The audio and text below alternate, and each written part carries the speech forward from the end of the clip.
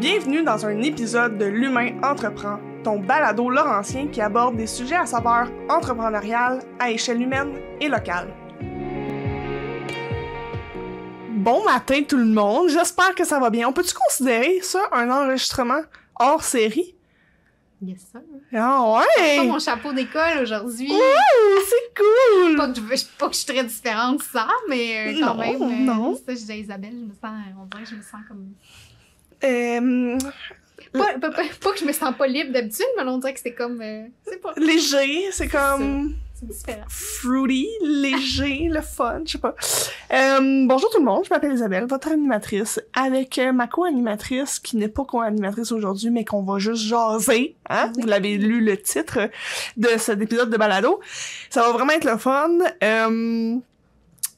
Aujourd'hui, on va jaser de ce qu'on a sorti des épisodes passés. Recap. Un recap, ouais. Apprentissage, émotion, feedback, quelque chose de le fun. Fait que s'il y a bien un épisode qu'il faut que vous écoutiez, c'est lui. Puis après ça, vous déciderez quel épisode écouter en fonction de ce qu'on a dit. On a on a quelques belles choses à vous dire qu'on a su dernièrement. Fait que ça va être cool aussi. Fait que sur ce, Jenny, merci d'être là. Oui, merci à toi. Ça va être cool. Oui. C'est rare qu'on ait juste nous deux. On n'a pas d'invité. Ouais, ça fait bizarre. Je présente personne. Mais ben, je te présente toi, là. Allô, Jenny! Bonjour, ils me connaissent déjà. Mais, C'est ouais. ça que je disais, on n'est pas habitué de placoter enregistré.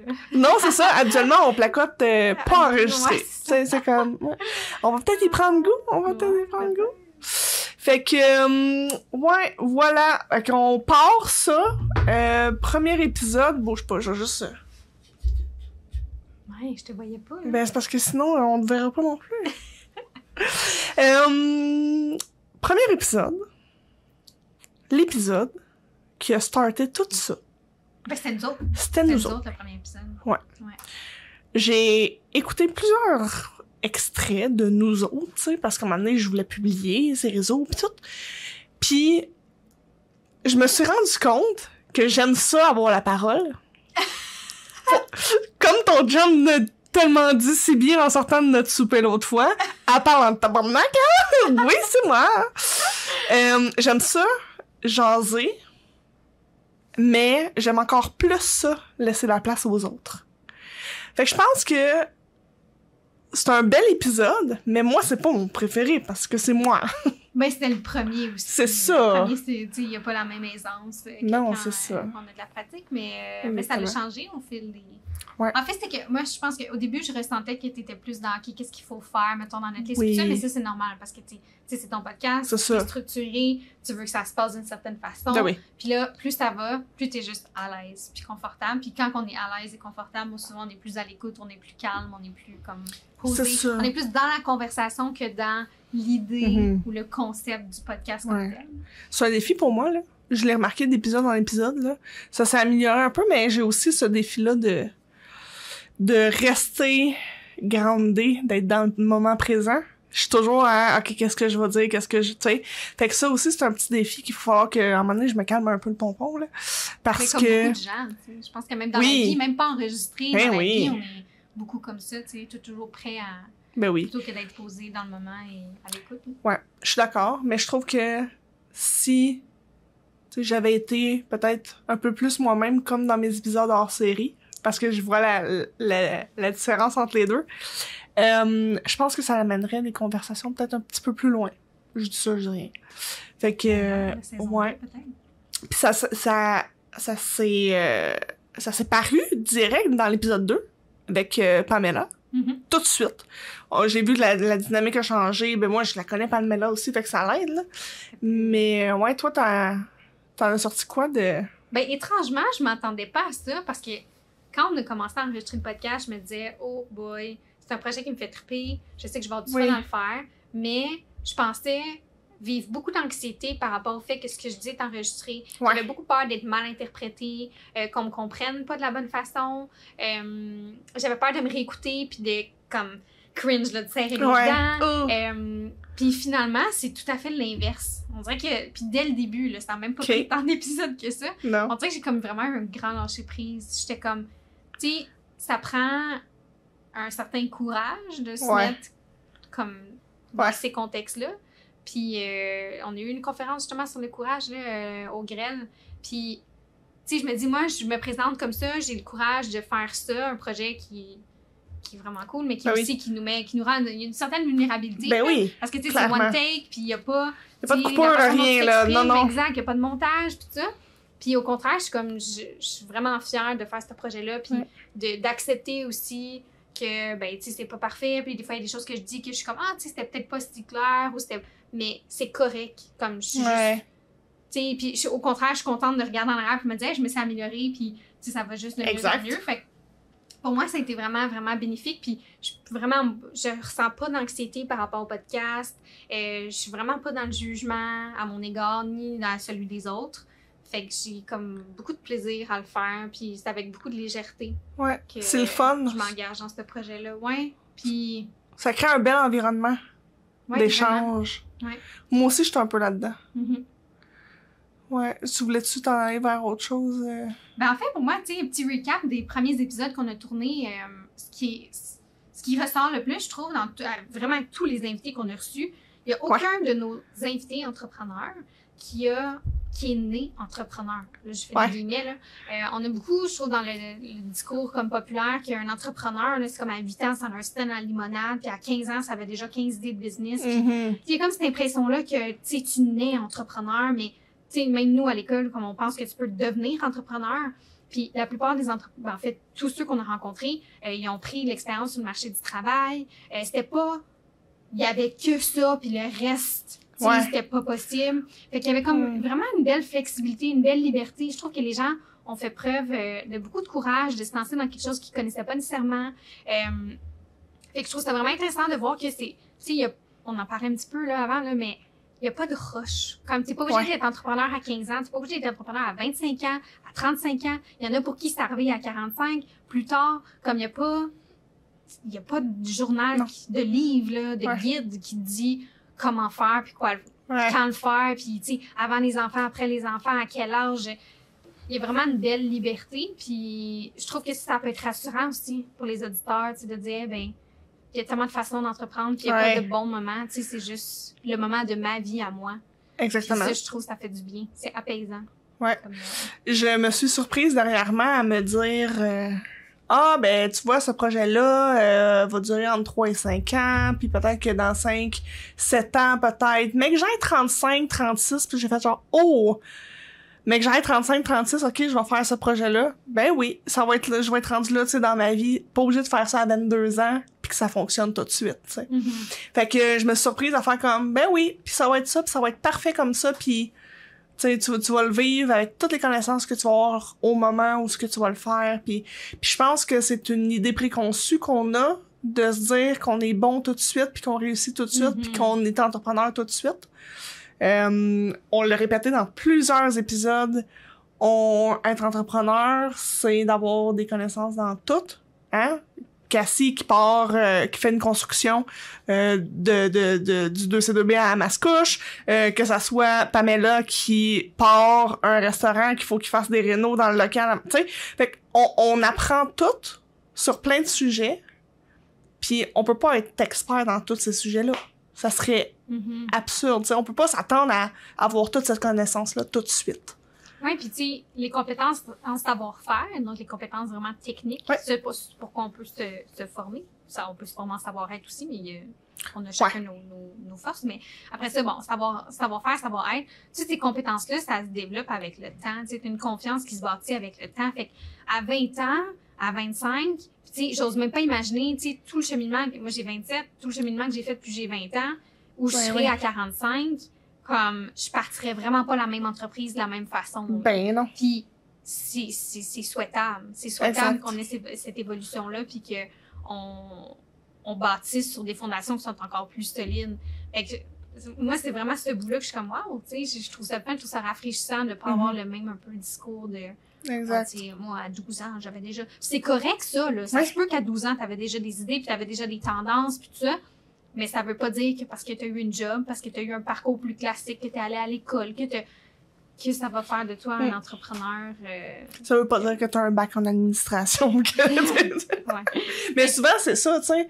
Je me surprends à me dire, ah, ben, je suis BA, tu sais, j'ai un bac en admin, mais dans le fond, ça n'a aucun lien avec le service que je donne puis la qualité, tu comprends? Ça te bâtit des compétences qui te servent, mais ça garantissait pas de toi à être un entrepreneur ou l'inverse. Exactement. Puis l'inverse est aussi bon, là, tu sais. J'apprends de personnes qui ont moins de scolarité ou moins d'expérience, moins de compétences, puis j'apprends certaines choses qui me font grandir encore aujourd'hui, et c'est parfait comme ça. C'est exactement ça qu'il faut, tu sais. Ouais. Fait que épisode 1... On fait son ordre? Ouais, on ordre. Pamela? Ouais. Qu'est-ce que t'as appris, toi, de Pamela? Je la connaissais beaucoup, fait que j'étais un peu biaisée et honnêtement très stressée pour le premier épisode. Puis je venais de passer, hein, parce qu'on enregistre 2 épisodes un après l'autre, fait que je venais de moi-même être devant la caméra, fait que ça a apporté du stress.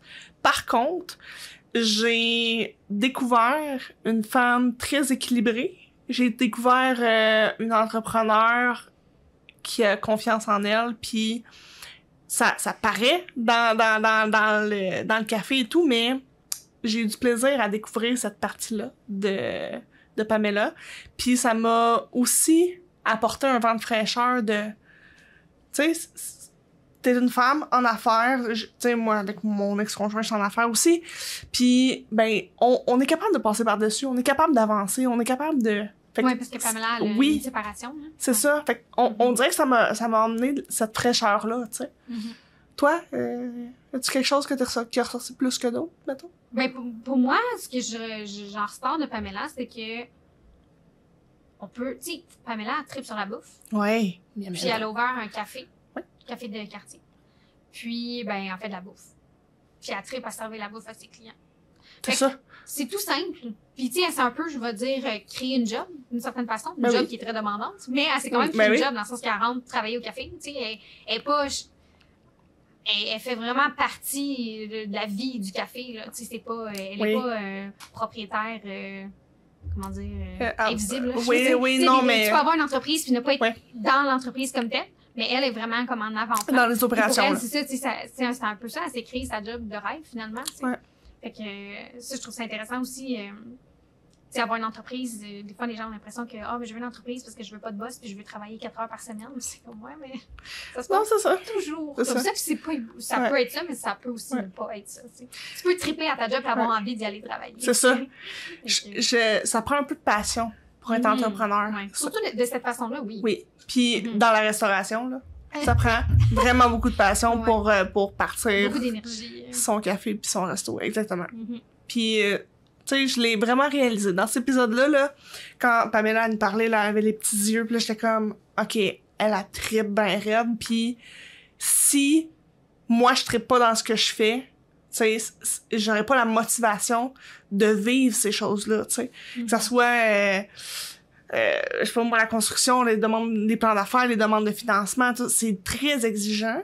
Fait que d'avoir la passion, ça te permet de traverser ça. Ouais, ça te permet d'avoir le feu pour aller plus loin. Puis Pamela, ce que je trouve intéressant aussi qu'elle avait nommé, c'est j'étais pas malheureuse comme employée. J'étais heureuse comme employée et je suis heureuse comme entrepreneur. Oui. Encore là, ça n'a pas besoin d'être tout un ou tout l'autre. Ça peut être nuancé. Puis là, tu sais, elle avait quand même dit qu'elle n'est pas certaine qu'elle serait capable de redevenir comme une employée maintenant qu'elle connaît cette liberté d'action-là. Tu sais, c'est elle qui décide ce qui se passe dans son entreprise. Mais je trouve ça intéressant aussi parce que choisir d'être entrepreneur, c'est pas obligé de venir d'une place de désespoir. C'est pas obligé d'être une porte de sortie. Parce que si t'es... Puis, tu sais, ça veut pas... Tu pourrais être misérable dans ta job puis devenir entrepreneur, c'est comme la solution pour toi parce que tu as vraiment ce craving-là, tu as envie d'être entrepreneur, d'avoir ton entreprise, mais ça peut aussi venir d'une place tout simplement de joie et de design sans que ce soit une porte de sortie, tu sais. Exactement. Je trouve c'est intéressant parce que, encore là, pour elle, c'était pas... Non. C'était pas... c'est comme gauche, trip, puis... Ouais, exact. Fait que je trouvais ça intéressant aussi que ça peut aussi être ça. T'sais, on peut être bien, mais aussi faire le choix d'avoir son entreprise, puis de triper. Et encore aujourd'hui, Pamela, sur Spotify, c'est l'épisode le plus écouté Peut-être parce qu'il y avait du hype aussi suite au 2e épisode. Fait que l'épisode le plus écouté, mais pas sur YouTube. Fait que, ouais, je trouve ça le fun. De voir ça, elle l'a partagé aussi sur les réseaux, fait que ça aussi c'est le fun. Je trouve ça le fun de voir ça, tu sais, quelqu'un d'actif dans son réseau, puis dans sa communauté, elle disait, là, ce qu'elle tripe, c'est jaser avec son client qui rentre, qui vient prendre son petit café tous les samedis matins, tu sais. Fait que ça apporte tout ça, tu sais. Ouais, vraiment. Épisode 2? Anouk! Oui! Anouk, j'aime Anouk. Oh, on l'aime tellement. C'est une perle. Ouais. Anouk, puis je te laisserai après poursuivre parce que c'est toi qui l'as nommé en dehors de l'enregistrement, puis je trouve ça intéressant, mais pour moi, Anouk, c'était comme, ça peut être complètement fou comme projet. Oui. Ça peut vraiment être complètement fou. Puis j'aime les idées folles, j'adore. Mais Oui. ça peut aussi être, c'est ça. Anouk, elle a une entreprise de formation en leadership, mais leadership facilité par les chevaux. Elle vient de la Belgique, fait qu'elle est venue s'installer au Québec, puis elle a, c'est ça, défriché un terrain, construit, utilisé le bois défriché pour construire une écurie. Elle a des chevaux qui viennent d'une vie compliquée, qui ont maintenant une belle vie avec elle, puis elle travaille avec eux finalement pour aider les dirigeants de demain à avoir un leadership plus sain et authentique. Ouais. C'est absolument admirable comme mission d'entreprise. Vraiment. C'est aussi vraiment fou, beaucoup d'implication, beaucoup d'engagement. Avoir des chevaux, c'est pas de tout repos. Ouais, non, c'est ça. Ouais, fait que pour moi, Anouk, là, c'est comme, wow, rêver grand, là. Ouais. Moi aussi, ça me donne cet effet-là, mais je rajouterais à ça, Anouk m'a apporté beaucoup de... comment j'ai nommé ça tantôt? De douceur. Autant dans sa voix que dans ses idées, sa façon de penser, sa façon d'être.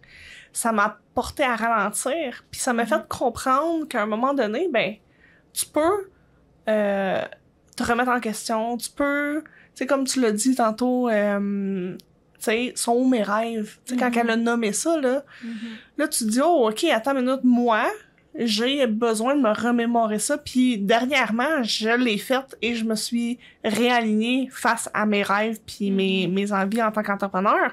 Fait qu'elle m'a apporté beaucoup cette introspection-là.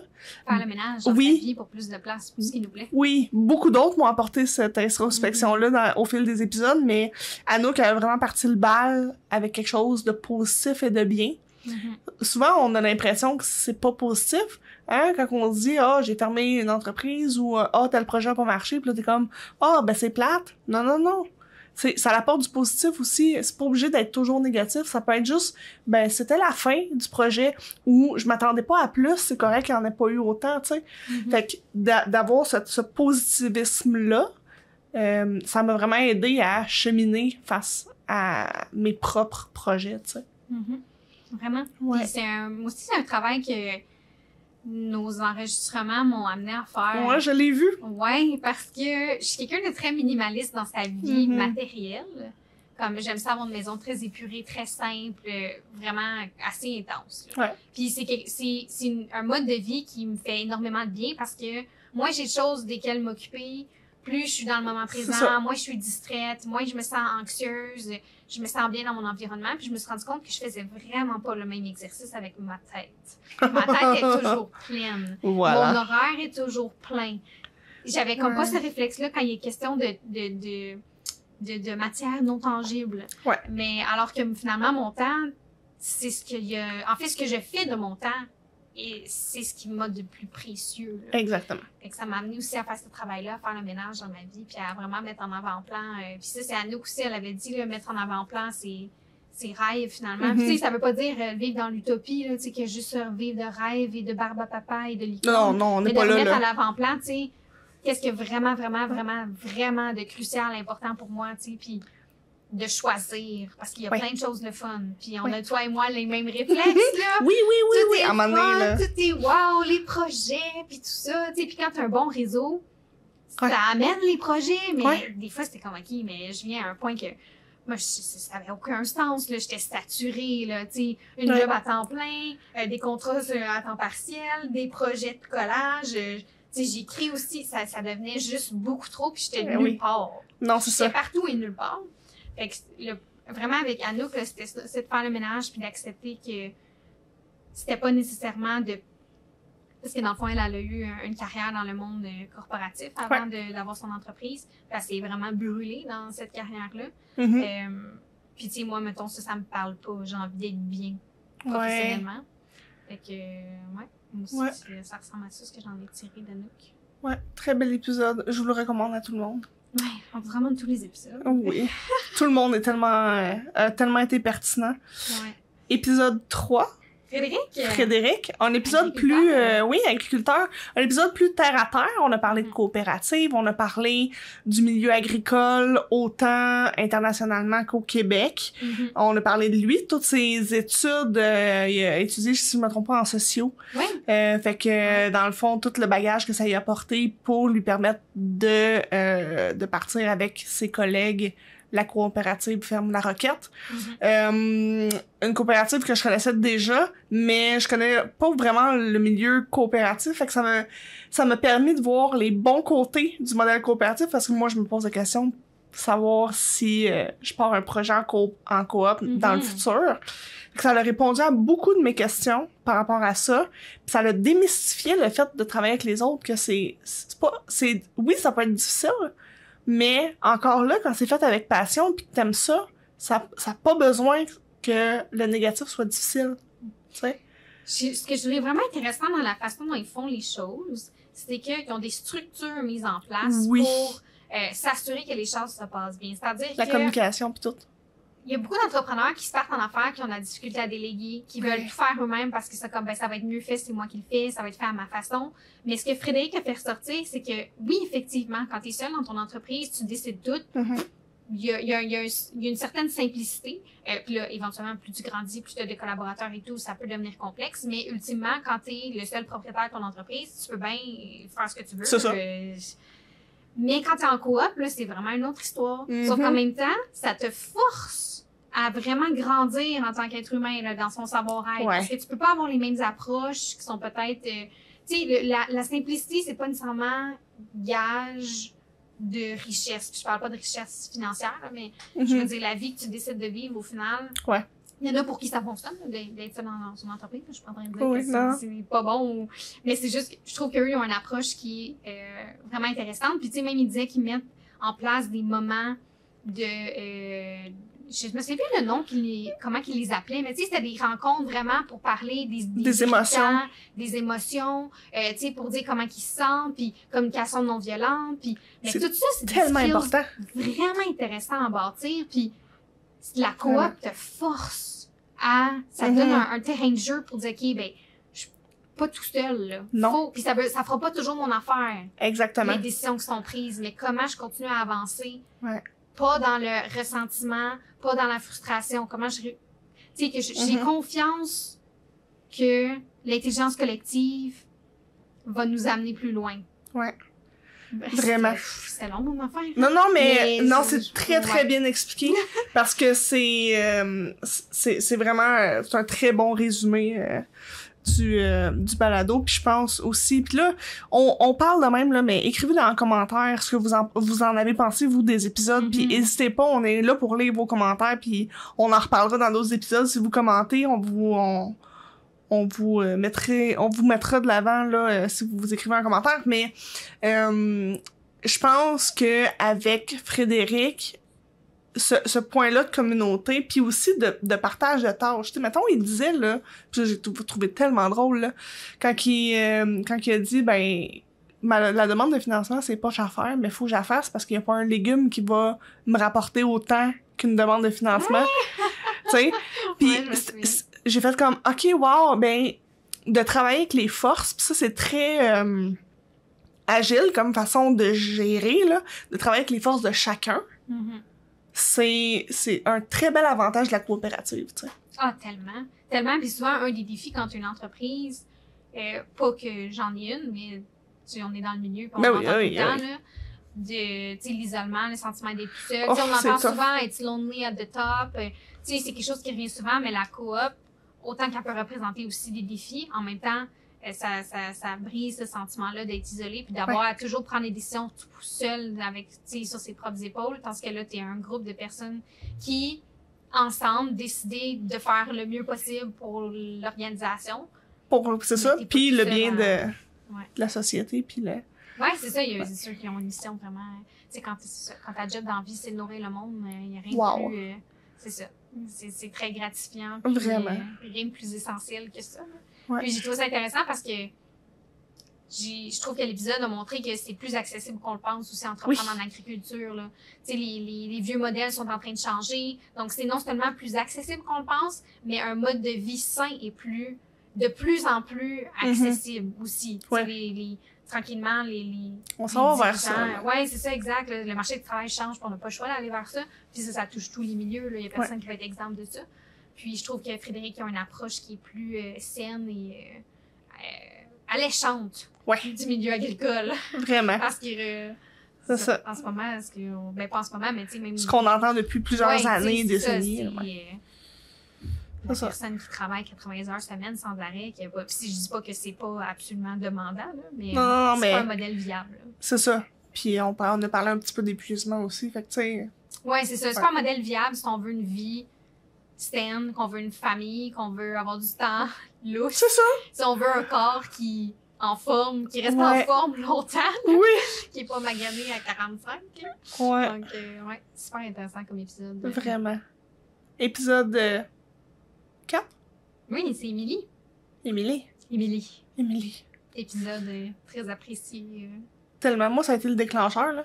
Puis là, je dis ça comme ça, mais j'y ai dit, là, il y a une semaine, là, j'y ai dit que tout ce qu'elle m'avait apporté, parce que je fais un aparté. Émilie a gagné le prix de la personnalité coopérative de l'année. Coopérative? Communautaire. Ouais. Oh my god, j'ai tout massacré le prix. Personnalité communautaire de l'année au gala des membres de la CDC Mirabel. Félicitations, Émilie. Puis je trouve tellement qu'elle mérite. Puis là, elle me regardait, puis là, elle était comme... Mais elle percevait pas, tu sais. Puis là, je suis comme, tu sais pas à quel point t'aides les gens, puis tu as un impact dans ton milieu. Puis là, j'ai expliqué comme quoi que, suite à l'enregistrement de balado, j'avais réalisé à quel point je me mettais des barrières à ne pas changer des choses que j'aimais pas dans ma vie. Puis j'ai juste décidé de prendre soin de moi, puis de mon environnement, puis de ma tête. Puis ça a vraiment été le déclencheur. Tu sais, oui, Anouk nous avait apporté cette réflexion-là. À planter une graine, puis là, ouais, c'est ça. C'est vrai que depuis Émilie, j'ai vu là, le... T'as vu le changement, ouais, là, vraiment. Ouais. Puis honnêtement, là, je vais être transparente, je m'en allais en burn-out. Là. Je m'en allais vers ça. Là. J'étais épuisée. Je faisais du 80 heures semaine. Puis là, j'étais comme... J'avais plus de plaisir à faire des projets non rentables, mais qui m'animaient au niveau de mon cœur, tu sais. Parce que j'étais toujours en... Moi, j'ai une phobie, là, de manquer d'argent dans la vie, là. Puis, ça prenait le dessus parce que j'étais tellement brûlée que je me disais, ouais, mais ce projet-là, il est pas rentable. Fait que là, à chaque fois, je me remettais ça dans la tête, puis ça venait tout brimer mon énergie, puis ça me rendait pas bien. Fait que, après l'épisode avec Émilie, j'ai mis en place des choses, j'ai filtré tout ça. Puis aujourd'hui, je vous reviens avec une Isa encore plus motivée qu'avant. Ça se ressent, là. Qui a plus de temps, qui a la tête en paix, qui a retrouvé sa passion. Tout ça, là, c'est revenu. Fait que moi, j'ai un gros shout-out à Émilie, là. C'est comme Émilie, qui est directrice de la Maison des Jeunes de Mirabel, qui a eu qui a une entreprise ouais, exactement.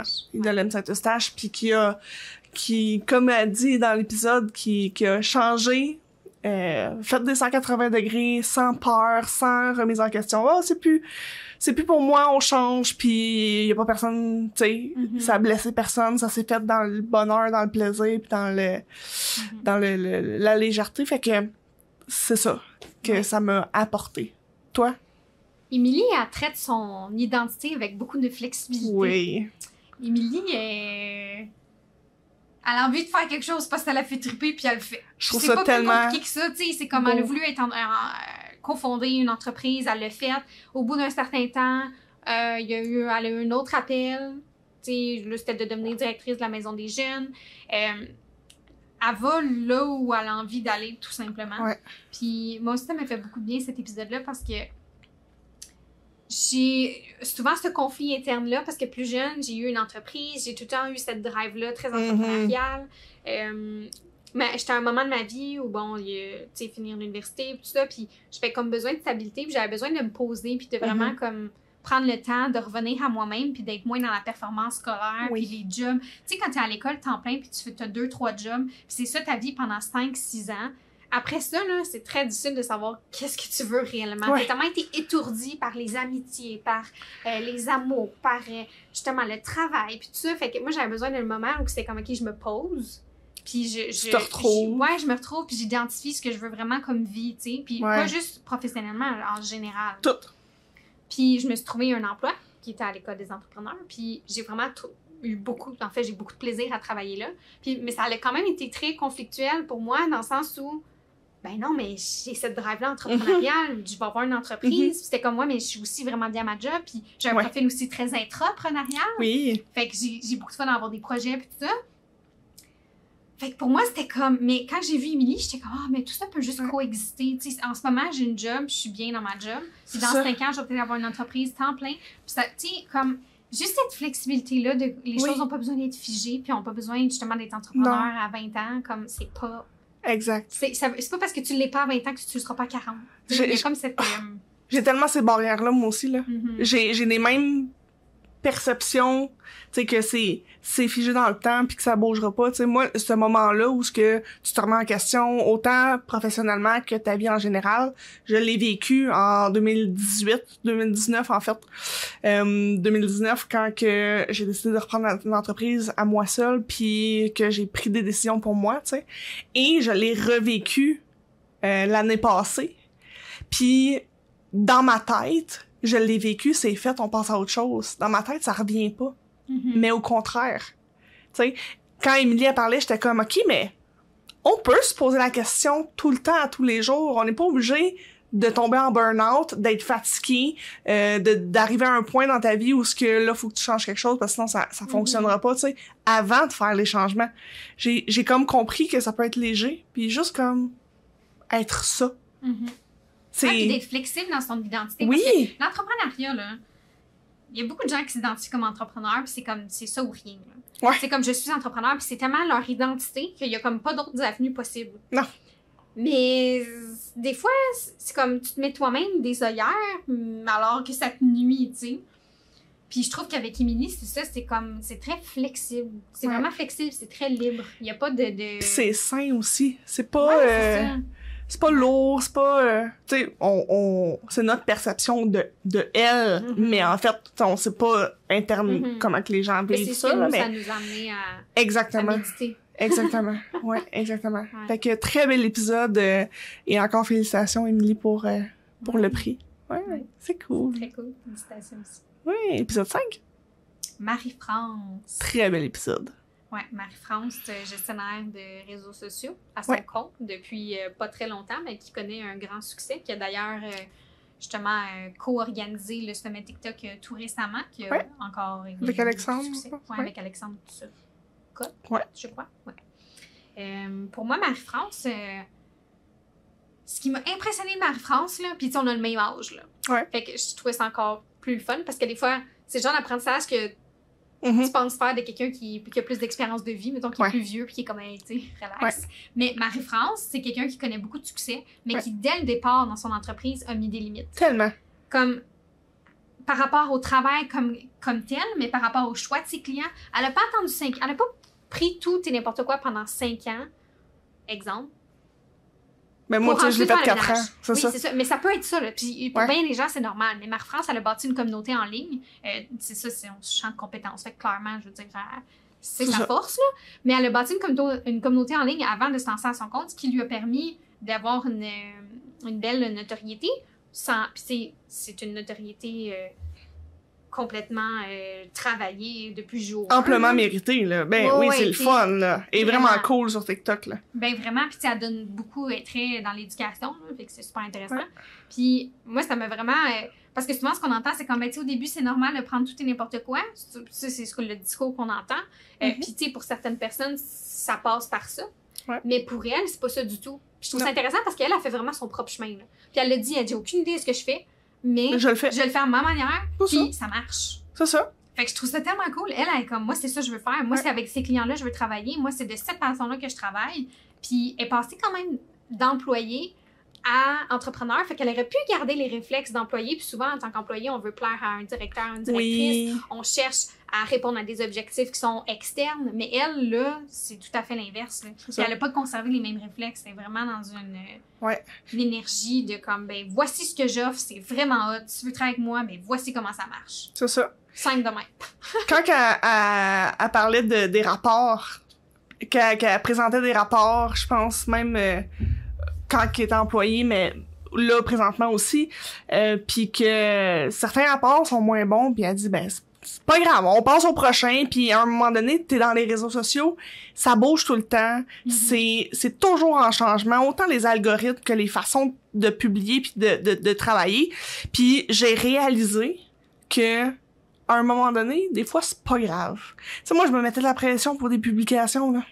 Puis là, à un moment donné, je suis comme, ben, regarde, je suis comme... J'ai parti mon infolette, Jenny, puis la première phrase, c'est « J'aime pas écrire ». Tu sais, je suis là, tu sais. J'ai fait genre « Wow, ben ça, c'est Marie-France qui m'a apporté ça ». J'ai pu faire comme « OK, moi, ma force, c'est ça ». Tu sais, puis je brille comme ça, les gens m'aiment comme ça, fait que je vais l'utiliser, puis je vais montrer ma vraie facette. Puis je pense que c'est la force de Marie-France aussi d'arriver chez ses clients puis de faire voici comment je suis, voici comment je travaille. Apprendre ou à laisser. Apprendre ou à laisser, puis apprendre puis ça fonctionne. Ah oui, oui. Puis elle est bonne, tu sais. Ouais. Fait que c'est vrai qu'elle a une approche vraiment le fun des réseaux sociaux, vraiment plus vraiment. Moins dans la pression. Vraiment pas dans la perfection, juste complètement vrai, complètement comme moi aussi pour vrai là, j'étais comme OK wow, là, moi aussi je me suis beaucoup cassé la tête pour les réseaux sociaux, mais elle est juste comme tellement plus c'est relax, ça. Fait que moi c'est ce que ça m'a apporté cette belle énergie, cette belle petite boule d'énergie là. Est-ce que ça l'a changé la façon dont tu crées ton contenu? Oui, totalement. Ça l'a changé. J'avais déjà ce réflexe-là. Si, pour ceux qui me suivent sur Instagram, sur YouTube et sur TikTok, YouTube peut-être pas, là, mais surtout Instagram et TikTok, vous avez remarqué la différence.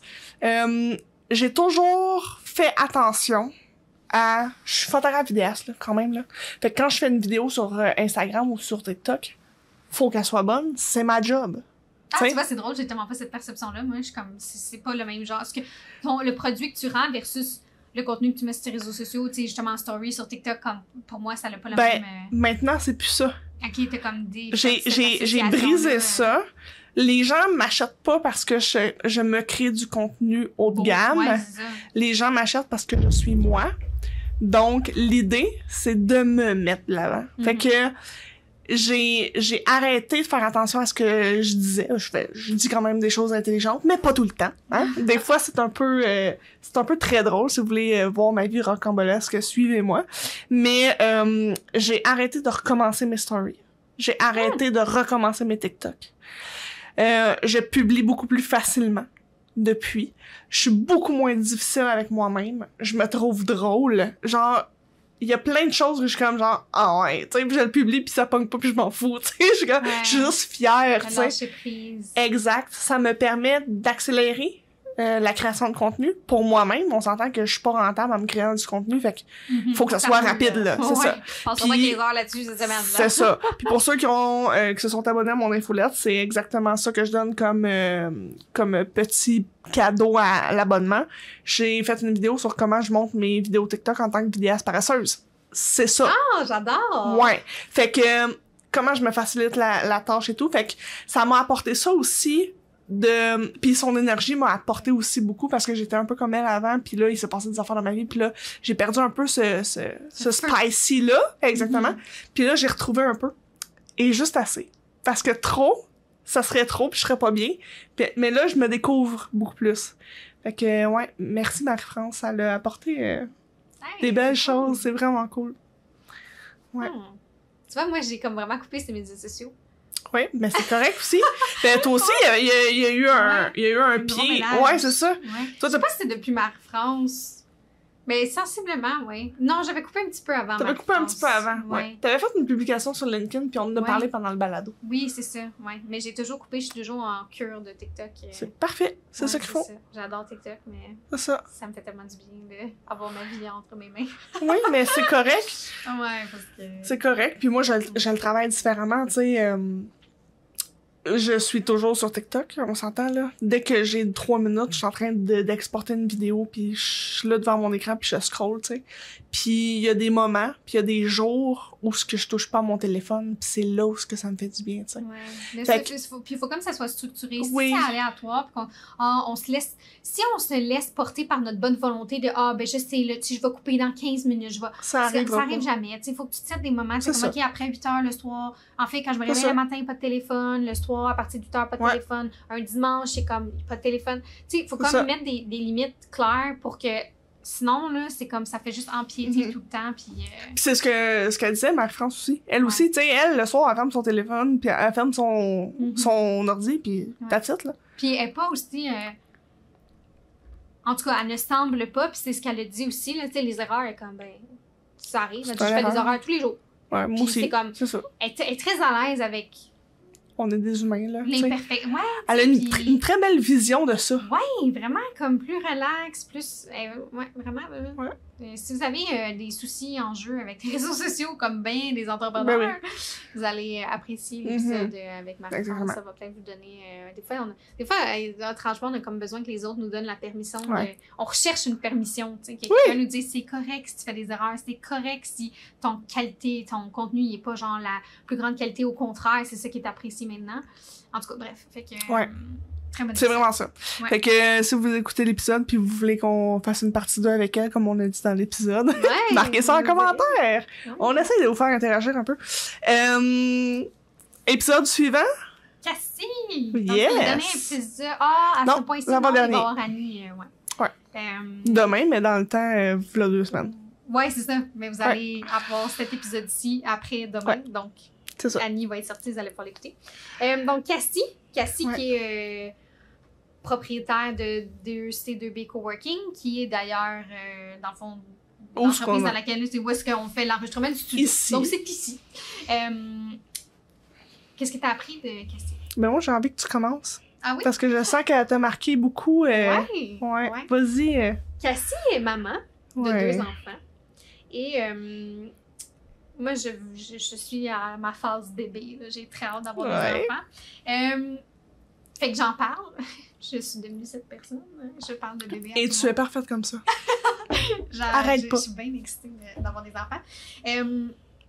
Puis, bon, évidemment, le discours qu'on entend souvent, c'est que notre vie se termine un peu. Hein? C'est comme t'as des enfants, puis la vie, c'est comme, ben, ça va être juste tes enfants, puis il n'y aura comme rien d'autre. C'est ça. Fait que pendant longtemps, je me suis comme sentie dans l'urgence de faire toute ma vie avant d'avoir des enfants. Tu sais, de comme...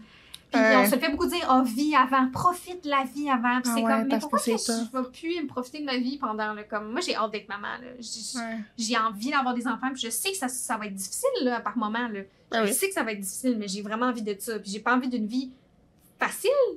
J'ai envie d'une vie riche. T'sais. C'est ça. Puis pendant longtemps, ça m'a gossé parce que j'étais comme, hey, OK, il faut que.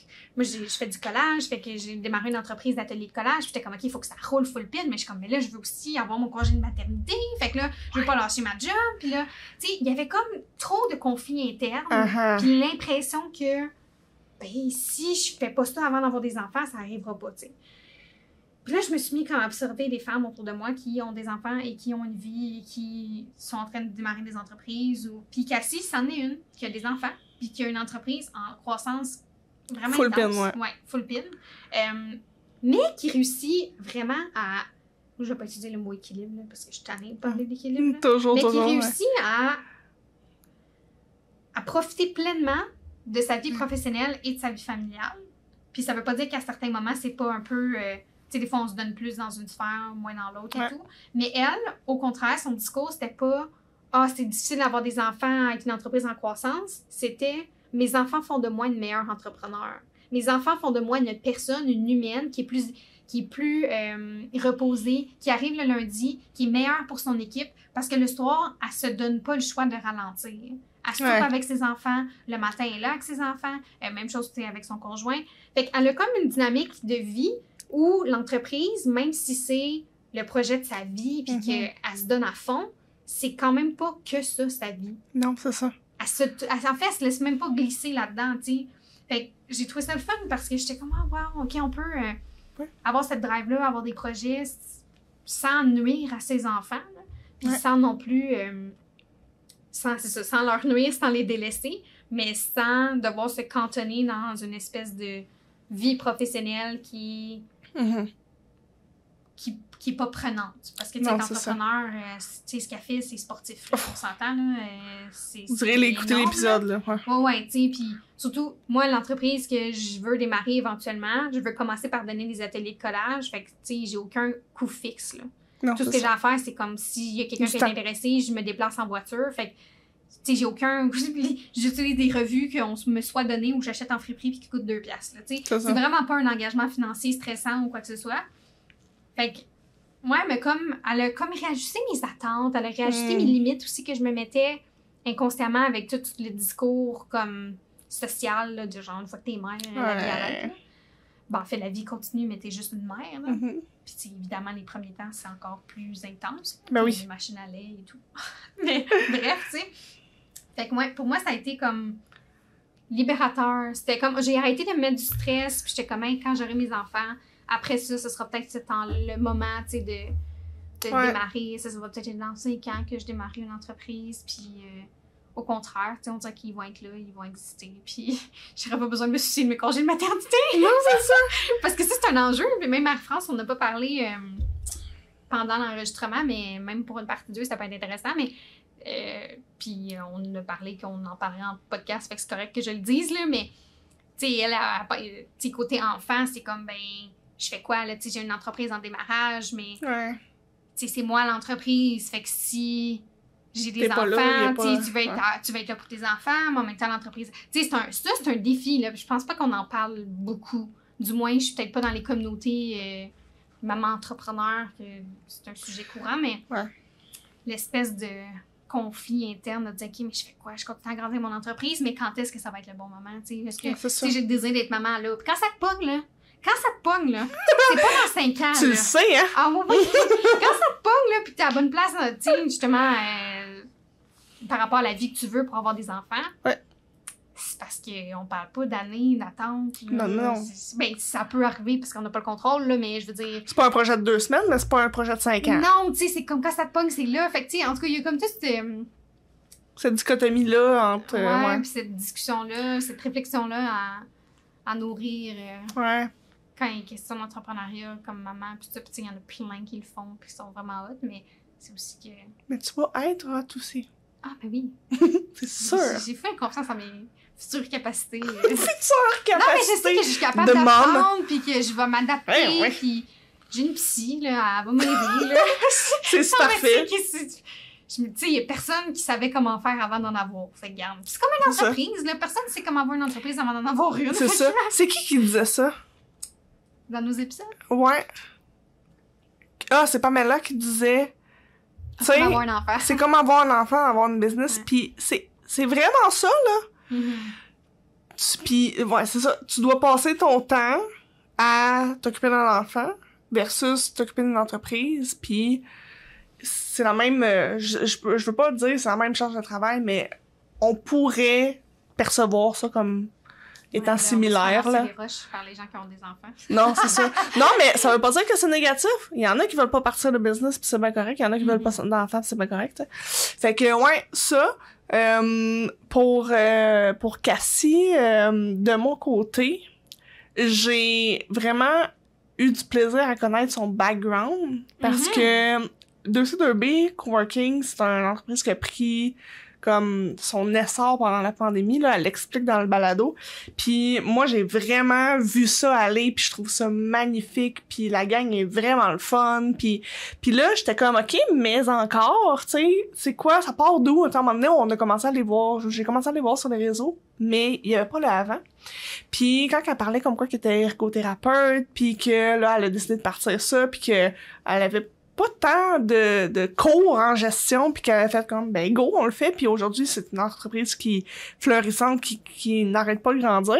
Ça se peut-tu qu'il était même à la fin d'un congé de maternité à moitié? Ouais, hein? Un projet, projet de... Ouais, ça, c'était sportif, là.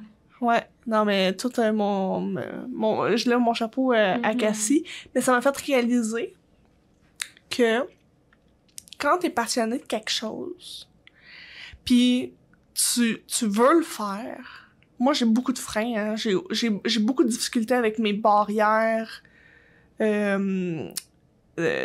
Tu sais, dans ma tête, pour que tu saches comment faire quelque chose, faut que tu aies un cours. Je dis dans ma tête, mais c'est vraiment pas ce que j'applique, là. Tu sais. Fait que ça m'a aidé à baisser cette barrière-là, puis de me dire, ben Isa, t'as pas nécessairement besoin d'avoir un cours de 36 heures sur comment utiliser TikTok pour pouvoir faire une vidéo, tu sais. Puis je veux pas comparer avec Cassie, mais tu sais, elle est partie, puis elle avait pas de connaissances, puis son chum était son meilleur mentor, puis elle a fait des erreurs comme tout le monde, comme moi j'en ai fait, comme toi t'en as fait, puis elle a fait une belle entreprise qui fleurit aujourd'hui, puis j'ai fait comme, OK, c'est le fun d'avoir des exemples comme ça. Comme t'as dit au début du balado, t'es pas obligé d'être né là-dedans pour le faire, en vivre, partir d'une entreprise par rapport à ça. Puis moi, en tant que photographe, vidéaste, qui a aucun cours en photographie puis en vidéo, ça m'a aidé à me développer là-dedans. Puis ça m'a aussi fait comprendre à quel point c'est important de faire de la formation continue, puis de continuer à apprendre, puis... Fait que, ouais, c'est ce que Cassie m'a apporté. Cassie et Pamela, ils ont quand même des points en commun par rapport à comment ils ont commencé. C'était comme un peu de manière naïve, là. C'était comme, on va faire quoi? On le fait. OK. On fait un plan d'affaires. Finalement, ça devient énorme, là. Tu comprends au jeu de... Puis Cassie, elle a dit, je suis jamais pas contente. Je suis jamais pas contente d'aller travailler. Ouais. Wow. Je suis jamais pas contente d'aller travailler. Puis tu sais, des fois, encore là, je reviens même à Pamela, tu sais, ça peut être aussi simple que ça. Oui. Tu sais. Puis ça veut pas dire que c'est facile, là. Non, mais... c'est ça. Ça veut pas dire qu'il y a pas de stress, puis ça veut pas dire que t'as pas des appréhensions. Mais quand la passion est là, ça revient à ma affaire. Quand la passion est là, tu fonces, puis... Très bel épisode. Moi, ça peut être la passion de... Il y en a qui sont passionnés par un sujet et ils en font une entreprise. Puis il y en a qui sont passionnés de l'entrepreneuriat comme tel. Genre moi. Partir des projets. Genre moi. Ouais. Moi, j'ai un mix des deux, là. Je suis vraiment passionnée par l'entrepreneuriat et l'humain qui crée ces projets-là. J'aime ça quand quelqu'un m'approche avec un projet de faire comme, OK, mais c'est d'où que ça vient? Puis de voir comment la personne réfléchit, comment elle est créative, tu sais. Fait que, ouais. C'est ça. Point. Puis on a Annie. Ouais. Oui, Annie. Qui, ça sort demain. Ouais. Annie, là... Voilà, ce qui me vient en tête pour Annie, là, c'est épicurienne. Ah, tellement. Un plaisir fou à juste vivre et profiter de la vie. Elle s'est bâtie une entreprise. Ben, ils se sont bâtis une entreprise qui est complètement alignée avec ça, les plaisirs de la vie. Elle, encore là, c'est une autre qui est à trip. Ben oui. Puis elle est créative. Elle a toujours une approche comme très funky de ses projets puis de ce qu'elle veut faire. Moi, elle m'a comme... Tu sais, le côté flyer, là. Ouais. Un peu comme un look, tu sais, de rêver grand, là. Ouais, c'est ça. Go, tu sais, évalue, puis fais-les. Ouais. Tu es allé en Italie faire ses certifications de barista, comme... Il y a quelque chose de très épicurien dans sa façon d'entreprendre, puis de très... Ils ont beaucoup de plaisir. Je faisais un montage, j'avais le goût de prendre un café puis de boire un verre de vin. Oui, c'est ça. Ils ont beaucoup de plaisir. Puis, tu sais, pendant longtemps, le plaisir n'était pas bienvenu au travail. Ça a beaucoup changé, heureusement. Oui. Mais pour moi, c'était quelque chose de très important. Si j'ai pas de plaisir au travail, je meurs et je change de travail. Puis, je trouve qu'Annie, elle incarne beaucoup ça. Oui, puis ça fait pas la joie. Ça se démarque dans ses équipes. Puis ça se démarque dans sa communauté. Elle en parlait, là, tu sais, tous les autres entrepreneurs, de travailler local avec d'autres entrepreneurs. Puis là, elle nous contait des histoires d'autres compagnies qui venaient l'aider dans certains événements parce qu'elle avait fait des erreurs. Puis toute cette communauté-là, ça m'a vraiment... J'ai réalisé que oui, tu peux faire une communauté. Moi, je suis très médias sociaux. mais t'es pas obligé que ça soit ces médias sociaux. Ça peut être juste dans ton quotidien, ça peut être en allant voir les gens, en achetant local, en t'assurant que le service que tu donnes toi-même est de qualité, puis de créer des liens avec ton monde, tu sais. Fait que, ouais, ça m'a inspiré son point sur la communauté puis l'achat local, très important. Oui, on a beaucoup parlé, puis moi, j'ai toujours eu cette tendance-là, mais on dirait que dans les dernières... Je sais pas, on dirait que... Ben, tu sais, après ma base, je suis pas quelqu'un qui consomme énormément, là. J'aime ça garder les choses simples, mais on dirait que... Des fois, on a juste besoin d'un petit refresh du message, on a besoin de juste comme... Un rappel. Ouais, c'est ça. Puis c'est drôle parce que dans la même semaine, j'étais allée dans une nouvelle boutique sur ma rue principale où j'habite. Puis c'est Petite Frette, là. Oui. Sûrement que vous connaissez. Ben oui. Ouais. Puis c'est une nouveau propriétaire. Ben, en fait, c'est une franchise, là. Puis j'ai fait des belles rencontres. Puis après ça, j'étais allée dessus. J'avais vu une autre boutique artistique. Puis bon, la boutique fermait. Fait que c'était triste, mais j'ai quand même fait une belle rencontre là aussi. Fait que c'est ça, le pouvoir d'être près de sa communauté. Puis j'étais allée aussi dans la petite boulangerie. Fait que tu sais, même si j'avais déjà ces tendances-là, on dirait que j'étais pas nécessairement super active dans ma façon de consommer. Mais là, j'ai comme plus intentionnellement fait des choix qui sont plus alignés avec mes valeurs. Ouais. Puis c'était vraiment cool. Ouais, oui. De visiter ces petites boutiques-là, puis de savoir que ton argent s'en va quelque part c'est ça. De le fun, là.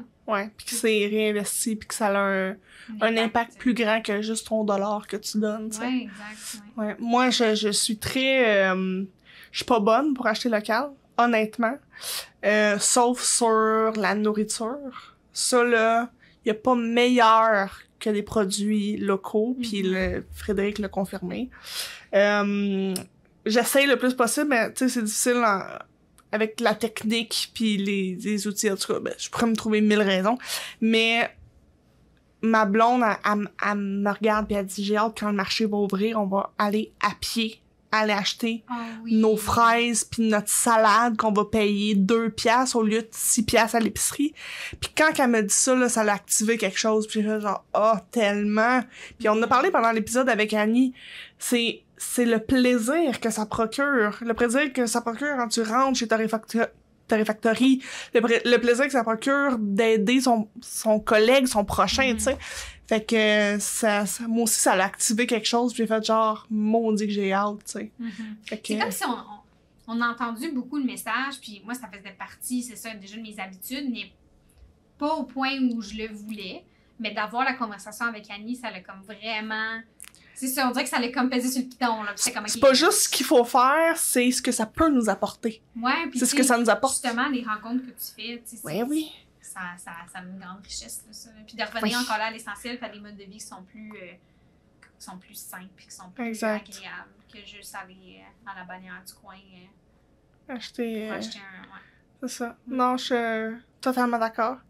Puis, tu sais, moi, c'est frais dans ma tête, parce que j'ai monté l'épisode à matin. Ouais, c'est ça. Moi, ça fait un petit bout quand même qu'on l'a trouvé. Mais je me souviens quand même vivement là, de la conversation. Ouais. Puis... C'est quel ton épisode préféré? Parce que je continue, c'est quoi t'allais dire? Ben, j'allais conclure sur le fait que comment qu'elle parle, comment qu'elle apporte les choses, la créativité, tu sais, est très... c'est cool, tu sais, c'est pas trop stressant, c'est pas blasé, c'est vraiment dans comment qu'on le fait, on va le faire, ça va être nice. Puis tant qu'à le faire, faisons-le avec du plaisir. Exactement. Ouais. Tu sais, on parlait du container, on parlait de tous les projets puis tout, puis ça me permet de retrouver une certaine créativité, tu sais. Mon épisode préféré, c'est celui avec Émilie. J'ai pas le choix. J'adore tous les épisodes. Celui avec Émilie, puis là, je vais revenir sur ce que tu disais tantôt. Celui avec Émilie, c'est celui qui m'a fait le plus réaliser des choses. Donc, c'est celui que mon cerveau a le plus de souvenirs. Okay. Ce qui est logique, hein, quand que tu fais une formation, quand t'écoutes un vlog, quand t'écoutes une émission, ce qui va te marquer, c'est pas juste ce que les gens vont te dire quand t'écoutes un épisode de balado. C'est pas juste ce que les gens vont dire, mais c'est ce que tu vas en ressortir. Comment tu vas te sentir aussi. Exactement. C'est ce qui marque. Je crois que chaque épisode a sa place, a son utilité, mais personnellement, celui qui m'a le plus apporté en tant que bien-être, c'est celui avec Émilie. OK. Toi? Hey, je te pose une question, mais je peux pas répondre. Ouais. C'est tough, là. Ouais, tous les épisodes sont le fun.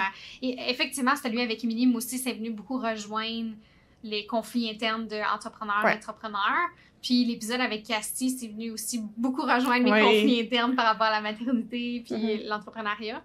Fait que je pense que c'est ces deux-là, moi aussi, qui m'ont le plus comme fait un petit déclic.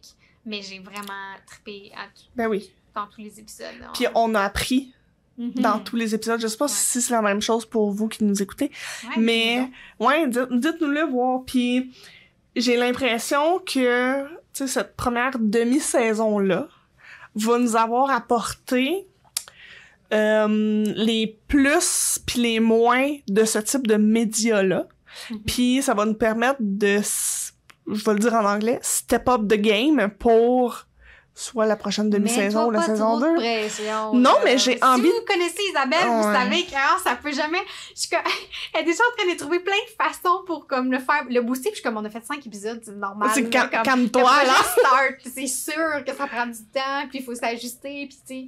Une chose à la fois, mettre pas trop de pression. Non, mais j'aime ça rêver, hein? J'aime ça rêver. Oui, je sais. Puis ce que j'aimerais, puis là, je vais te reposer la question. Ce que j'aimerais voir dans le futur pour le balado, puis je vais te poser la question après, c'est...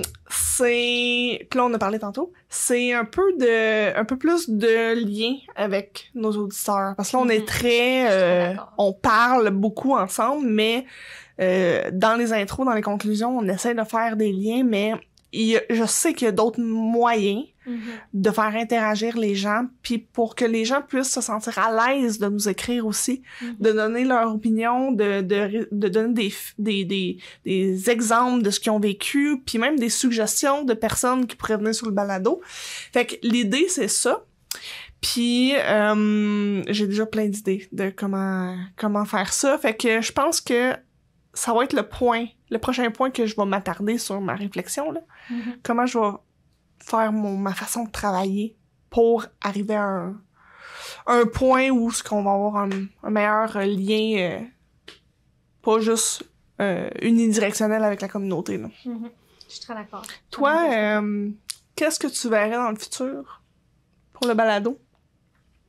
Ben, on en a discuté, mais tu sais, on est super ouverte aux suggestions, là, mais c'est sûr qu'on a un défi au niveau des canaux de communication pour clarifier le tout, parce que là, on a comme commencé par comprendre et apprendre à faire des podcasts. Oui, c'est choses bien on parfait. savait pas. Mais après ça, c'est ça, de clarifier ça, puis de vraiment créer justement une communauté, puis tu sais, l'objectif, c'est ça, c'est de faire briller les entrepreneurs des Laurentides. Fait qu'on a envie de faire connaître leur histoire, puis...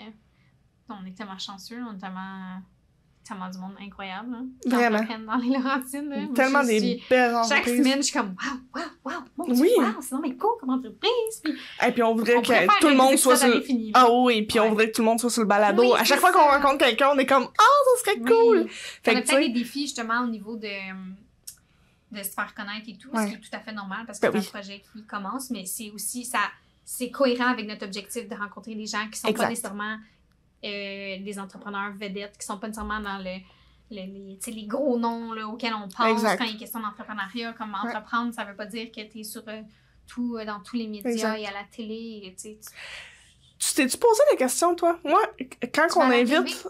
Non, pas en tout. Moi, je sais pas si je serais bonne. Je me suis souvent posé la question... En fait, c'est après l'enregistrement des balados. Je me posais la question si... puis là, je remets pas en doute rien, mais dans ma tête, c'est est-ce qu'on atteint notre objectif de pas mettre des vedettes par rapport à la perception que les auditeurs ont des entrepreneurs qu'on invite. Fait que moi, je suis consciente que tous les entrepreneurs qu'on a invités ont leur place et ont un gros impact sur leur communauté. Mais dans cet objectif-là, tu sais, est-ce que nos auditeurs, puis là, ça serait vraiment cool que vous nous donniez votre opinion là-dessus, est-ce que eux ont la perception que c'est ce qu'on veut faire? tu sais, de pas mettre les grosses entreprises vedettes de l'avant, tu sais, d'y aller vraiment le plus humain, direct, le plus simple possible, sans nécessairement... On veut pas tomber dans l'entrepreneuriat vedette. Ouais, c'est ça. Exact. Fait que je sais pas si on dégage ça. Je me suis posé la question. Je pense que Je pense que oui aussi. Mais j'ai pas de confirmation. Non, c'est ça. J'ai ma propre confirmation, tu sais. Mais c'est point. C'est tout. Fait que, ouais, ça, moi, parlant de défis, là, moi, j'ai un défi au niveau de la rentabilité. Honnêtement, là. Tu sais, pour ceux qui nous écoutent, faire un balado, ça demande du temps. Écouter l'épisode Matt Duff, il a fait 2 épisodes de balado. Dans le premier épisode, je le marquerai en description, ça me tente pas de le dire, vous allez comprendre pourquoi. Roxane Bruno était là, puis elle parlait du balado qu'elle avait parti, puis ils ont posé la question « Pourquoi t'en fais plus? » Mais elle dit « Crème, ça prend toute ma vie, là. C'est comme... Elle dit « Je ferais ça à temps plein, là. » Ben, c'est ça pareil, tu sais. Faire un balado, c'est de booker les entrepreneurs, d'écrire des textes, c'est pas juste d'enregistrer, mais c'est de l'enregistrer aussi, 1h30, tout. Beaucoup de planification, c'est le montage, la diffusion. Exactement. Puis moi, je promets à tous ceux que j'ai rencontrés, je l'ai pas écrit de nulle part, mais à tous ceux que j'ai rencontrés, j'ai promis que le balado, il y aurait jamais de pub. Je ne veux pas d'un balado commercial qui va déranger les gens. Je veux que ça soit le fun à écouter. Je veux que les gens sur le balado soient humains, soient là, tu sais, qu'on ait du plaisir. Je veux pas que ça soit coupé avec une pub qui va vous péter dans les oreilles. Je veux pas être là pendant 8 heures à dire « Ce balado est commandité par... » Je veux pas ça. Fait que là, je suis comme dans une situation où comment qu'on crée ça, pis c'est là que la créativité vient en ligne de compte, c'est ça qui est le fun de l'entrepreneuriat. Comment on peut s'assurer que la saison 2 soit ok, je me mets trop de pression sur les épaules, mais soit genre, ça coche. T'sais, dans tous les sens, tu sais. Fait qu'en tout cas, si vous avez des idées, écrivez-moi, mais j'ai eu plein d'idées, puis c'est ça, j'essaie de voir qu'est-ce qui pourrait être le fun à faire, qui sort de l'ordinaire, là, qui est pas genre comme on voit tout le temps, là. C'est une réflexion, je vais dormir dessus, définitivement. On va travailler là-dessus cet été. Ouais. Pendant nos vacances. D'ailleurs, parlant de cet été, présentement, on est en début juin, à la publication du balado. Le balado va faire relâche jusqu'en fin août, septembre. On se donne tout l'été, on va enregistrer les balados, mais on les publiera pas cet été, pour qu'on en ait septembre, octobre, novembre, décembre. Je pense que j'avais prévu jusqu'à fin novembre, là, la fin de la saison 1, pour les 9 balados qui nous manquent. Quelque chose comme ça. C'est pas 10. 9 ou 10, là. Ouais, exactement. Fait que vous nous reverrez pas dans vos oreilles en tant qu'épisode de saison. J'espère qu'ils nous verront pas dans leurs oreilles. Ben, des fois, là, moi, je vois des sons puis j'entends des... j'entends des images, non, c'est pas vrai. Mais, ouais, c'est ça. Fait que jusqu'en septembre, on sait pas la date, puis on est très fluide là-dedans, là. Regarde, ça arrivera quand ça arrivera. Mais il va y avoir des épisodes hors saison qui vont sortir d'ici là. Parce que moi, j'en ai un en banque et j'en ai d'autres qui vont sortir, puis ça, moi, je trippe. Fait que voilà. J'aimerais finir sur un sujet... puis d'ailleurs, on pourra peut-être en discuter. Ça peut être... parce que je vais en dire mon chum, mais là, je vais en dire mon conjoint. On dirait qu'on est à l'âge où je sais plus comment l'appeler, parce que le conjoint, je trouve ça fait sérieux, mais chum, c'est comme... Anyways, bref, les conseillers financiers. Joël. Là, je le mets sur spot parce que j'en ai même pas parlé, fait que je sais pas, je pense que je vais mourir en faire un podcast, mais... on va le mettre lui pis ma blonde. Ouais, c'est ça. Mais j'aimerais ça finir avec l'indépendance financière parce que... oui, c'est vrai, oui. Ouais, mais tu sais, là, ça fait 2 ans que je suis dans les milieux entrepreneurial, puis, ben, tu sais, même avant ça aussi, là. Puis, l'indépendance, au sens large, fait que, tu sais, d'être son propre patron, d'avoir une certaine liberté d'horaire, flexibilité, tout ça, mais aussi l'indépendance financière, donc l'impression qu'on va faire énormément d'argent rapidement. Mhm. Parce que ça, encore là, c'est beaucoup dans le discours, malheureusement, parce que c'est prendre le cas. Non. Pour certains, peut-être, mais de manière générale, C'est ça pas, prend du temps de faire de l'argent. Puis c'est pas constant si ça arrive. C'est ça. C'est ça. Puis il y en a, tu sais, il y en a pour qui, des fois, ça arrive super rapidement. Puis avec TikTok, on l'a vu, là. Il y a des entreprises qui ont... Ça a explosé, mais c'est pas toujours positif dans le sens que quand ça explose trop vite puis t'as pas de structure, puis ça peut aussi être une double tranchant. Ça fait patate. Ouais, mais bref, là où je veux en venir, c'est que l'indépendance financière, c'est pas obligé de passer par une entreprise. Puis c'est pour ça, comme je pense que ça peut être intéressant un épisode avec un conseiller financier de voir comment l'indépendance... En fait, comment l'indépendance financière est réellement possible. Parce que tu sois entrepreneur ou non, si t'as pas les compétences pour bien gérer tes finances, ça risque de mal finir. Oui. Ou du moins, tu risques de vivre Puis par mal finir, je veux dire avoir un stress constant. Ouais. Tu sais, de pas avoir cette confiance et cette zénitude par rapport aux finances. Puis je pense que c'est un aspect que souvent on oublie. On a l'impression que parce que tu es entrepreneur, tu pars de business, que tu vas gérer les finances tel un entrepreneur aguerri. Mais si tu gères, t'as de la misère avec tes finances personnelles, les chances sont que tu vas de la misère avec tes finances d'entreprise. Ben oui. Ouais. C'est très normal. Ouais. Puis, tu sais, l'indépendance financière, ça se cultive. Mm-hmm. Que ça passe par soi-même avec un emploi ou par une entreprise. Puis, en tout cas, dites-nous si c'est un sujet qui vous intéresserait. Ouais. Ça pourrait être le fun. Avec un expert. Je pourrais être cobaye. Je suis très dans l'indépendance financière. J'adore parler de ce sujet-là, mais je suis pas qualifiée pour parler de... Ouais. Ben oui, avec... ben oui, ça pourrait être cool. De manière... Ouais. Ben, écrivez-nous ça en commentaire si c'est quelque chose si que... ils sont rendus jusqu'à la fin. Ouais, ben oui, ils sont rendus jusqu'à la fin. Les gens nous aiment, OK? Ils nous écoutent jusqu'à la fin. Puis si vous avez des idées aussi de personnes, parce que je suis sûre que Joël aimerait ça, peut-être qu'il serait gêné, mais si vous avez d'autres idées, d'autres personnes qui pourraient aborder le sujet, on est toutes oui, O-U-I-T-R-E, s'il vous plaît. Tout oui. Là-dessus, fait que pis si vous avez d'autres idées de thèmes, sujets, entrepreneurs, name it. Ben oui, on est ouverte. On est là pour vous autres. On le fait pas pour que personne l'écoute. On est là pour vous autres qui nous écoutez. Fait que c'est ça. Sans vous, il y a pas de balado. Fait que... Hey, merci Isa pour cette première ish saison qui est pas tout à fait terminée. Mais demi-saison. Je trouve que c'est un bon recap qu'on a fait. Je m'en vais vers quelque chose avec ça, mais c'est pas grave. Bonnes vacances tout le monde? Ouais, genre bon été, hein? Ah ouais. Ouais, c'est ça. Non, c'est un très bon recap. Puis je retrouvais pas ce que je voulais dire. Fait que... On regarde pour le prochain épisode. Moi, je vous souhaite bonnes vacances, tout le monde. Profitez de votre été, profitez-en pour avoir du fun. Puis prenez des vacances. Puis... Je veux pas être plate, là.